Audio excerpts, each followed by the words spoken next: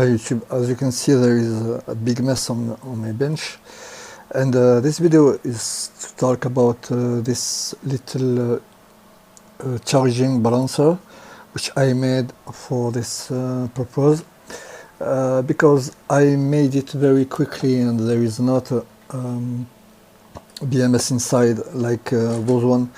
Unfortunately, in this case there is 3 cells, and those one are not suitable for charging this one. So because I tried to charge this device with this transformer, which has a simple outlet like this, to charge this device, which contains 3 cells for 12 volts. But I noticed, because there is here an outlet here to make some measurement on the cell, because they need some measurement, and from now and then there is you need the measurement here. So this plug is not perfect, because it delivers 12 volts in serial under the pack, and the balancing is absolutely not perfect, which you can consider according the measurement you can have here. So because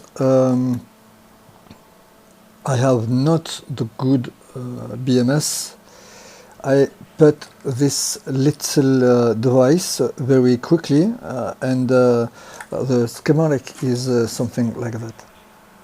So if you look this schematic, you can understand that this those diode here, which are 1N 4001 or 2 or 4 or 7, according what you can find, are the equivalent of Zener diode.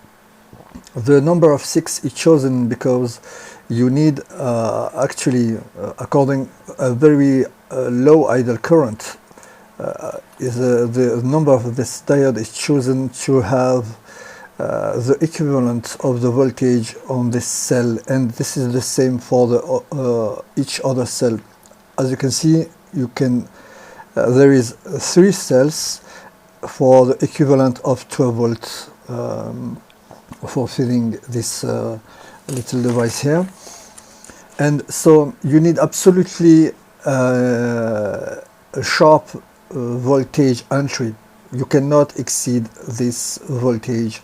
Of course, you can choose a little lower voltage, which can be something like 12.4 volts for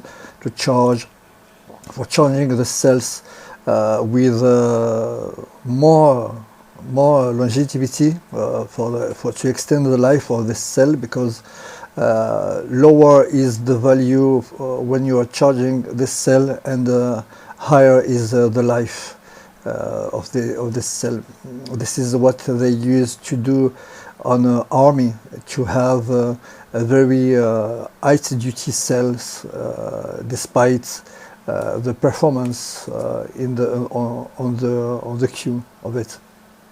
So you can notice that there is a lot of diode on this little BMS, which is made by crop parts. Actually, I use a PCB like that to recover some diode, and all those diode was recovered by me to make this little balancing charger. So this is a recovering part. It's not very expensive to do, and it's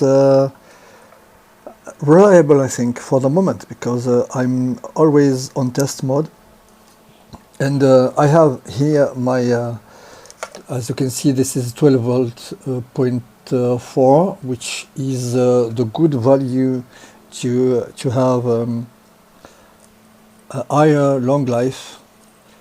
And you have to connect it, because actually this BMS is intended to be on this box, but for the moment, because I'm experimenting for the moment, you can see a very low current, because it's always charging for the moment. And as you can see, but I need here my two hands, but it's not very easy. Here I have the negative, sorry for that.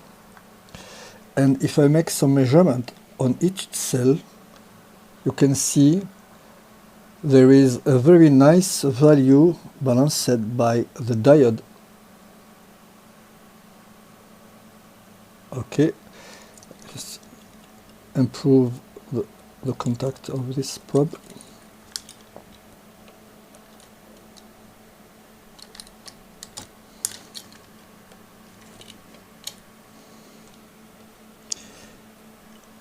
And this is the third cell. On the third cell, the second cell, and the third cell. Okay, as you can see, apparently it gives some good results, and it can help when you have not the good BMS, as I showed you earlier. And I don't know where. Okay, those BMS are actually for 2 cells. And they are not suitable for my purpose, because I sometimes use 3 cells to have more usable voltage, because 12 volt is the perfect voltage to give the best power for the best duty according the equipment you need to supply with this kind of stuff. And okay, this is a 2 cells BMS, and what I'm afraid about this kind of BMS, the BMS is intended to protect the battery in case there is a short circuit, but I'm not sure about the balancing effect when you are charging it. So what I'm sure about my BMS, my Frankenstein BMS, is it's able to balance nicely the charging, even if it's not absolutely perfect. But when there was no this balancing circuit, I found a very high voltage on the cell of the middle, which is absolutely not correct, because when you overload your battery, it decreases the life of the cell. So okay, so here you can see there is some resistor before to attack even cell. This resistor are need to be defined, because because maybe you need another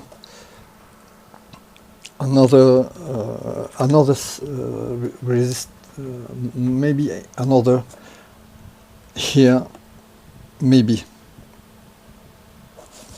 Okay, those resistors are for the purpose to make the charge more slowly according the capacity of your cells. In my case, there is no resistor, because I have here a very huge battery, so I don't need a current limiter.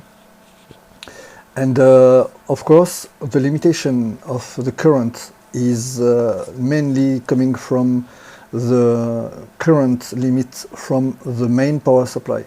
This value, about 12.6, is intended to charge your battery fully, but if you prefer to make your battery with more longevity according the life scale of your cell, it's preferable to make to give 12.4 volts, like you can see here, because sometimes we want more life longevity despite the performance. Sometimes it's the case.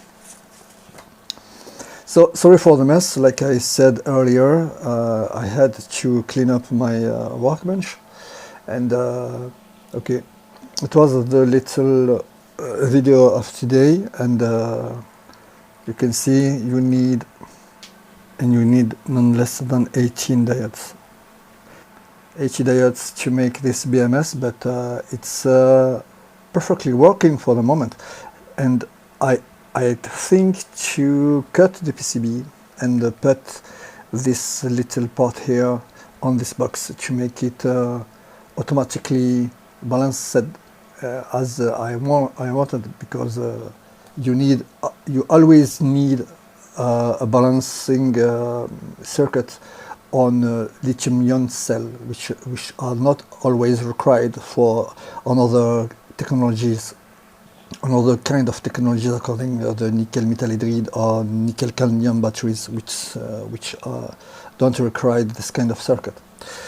Okay, it was a quick video of the day. I had to clean up this mess because each time it's the same thing when I'm working on any project. And okay, it was Alexander again. Hope you like this video, and see you soon.